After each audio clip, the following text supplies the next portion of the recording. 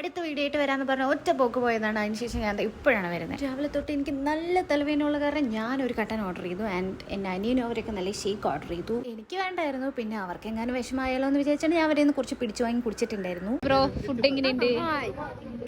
Food ഞാൻ വന്നത് 20,000 രൂപയുടെ ഷേക്ക് കുടിക്കാനാണ്. 20,000?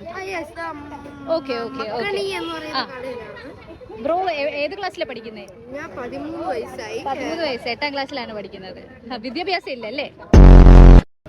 മക്കാനിയോ? ഷെയറിങ് ഇസ് കെയറിങ് എന്നാണല്ലോ. അതുകൊണ്ട് തന്നെ അവൻ അപ്പുറത്തുനിന്ന് ഇപ്പുറത്തുനിന്ന് എല്ലാ ഗ്ലാസ്സിൽ നിന്ന് കുറച്ച് കുറച്ചായിട്ട് കുടിക്കുന്നുണ്ടായിരുന്നു. അങ്ങനെ ജ്യൂസ് കുടിച്ച് കഴിഞ്ഞിട്ട് ഞങ്ങൾ നേരെ പോയത് ഓബയോസിയിലോട്ടാണ്. ഇവിടുന്ന് കുറച്ച് സാധനങ്ങൾ വാങ്ങാനുണ്ടായിരുന്നു. അങ്ങനെ ഇവിടുത്തെ കുറച്ച് കളക്ഷൻസ് നോക്കി ഇവിടുത്തെ സാധനങ്ങൾ ബില്ല് ചെയ്തതിന് ശേഷം പിന്നെ ഞങ്ങൾ നേരെ പോയത് ലുലു ഹൈപ്പർ മാർക്കറ്റിലാണ്. അവിടെ പോയപ്പോഴാണ് എനിക്ക് ഒരു കാര്യം മനസ്സിലായി. എനിക്കൊരു ജില്ല തുടങ്ങാനുള്ള ആൾക്കാർ അവിടെ ഉണ്ട്. സൺഡേ ആയത് കാരണം തന്നെ അത്രയും ആൾക്കാരുണ്ടായിരുന്നു.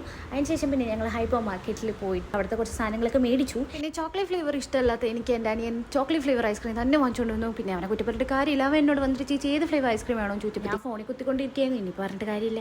ഇവിടുത്തെ ഗേൾസ് ഒക്കെ എങ്ങനെയുണ്ട്?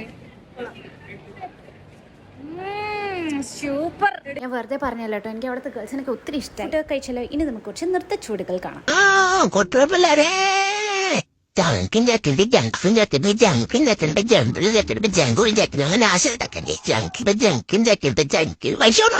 എൻ്റെ അനിയൻ്റെ ഡാൻസ് കണ്ടിട്ട് നിങ്ങൾക്ക് ആർക്കെങ്കിലും ഇഷ്ടപ്പെട്ടെന്നുണ്ടെങ്കിൽ ഈ പ്രോഗ്രാമിന് എന്നെ ഡയറക്റ്റ് കോൺടാക്ട് ചെയ്താൽ മതി. എൻ്റെ അനിയനെ ഞാൻ ഇവിടെ കൊണ്ടുവരുന്നതാണ്. പൈസ തന്നാൽ മതി കേട്ടോ. ഞാൻ വീട്ടിൽ പോയി കിടക്കാൻ നേരമായപ്പോഴത്തേക്കും എൻ്റെ അനിയൻ ലുലുന്ന് മേടിച്ചിട്ടുണ്ടായിരുന്ന മിൽക്ക് കേക്ക് എടുത്തോണ്ട് വന്നു. അതും ഭക്ഷിച്ചിട്ട് ഞങ്ങൾ കിടന്നങ്ങ് ഉറങ്ങി. അപ്പോൾ ഓക്കെ, ബൈ.